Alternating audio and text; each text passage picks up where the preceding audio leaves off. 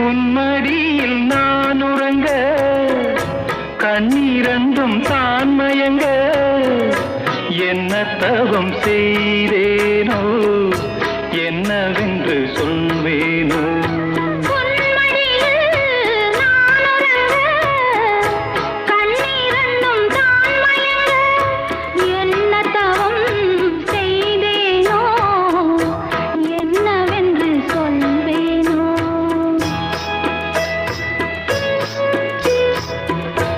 ஏழ் பிறப்பும் இணைந்திருக்கும் சொந்தம் இந்த சொந்தமம்மா வாழ்விருக்கும் நாள் வரைக்கும் தஞ்சமுந்தன் நெஞ்சமம்மா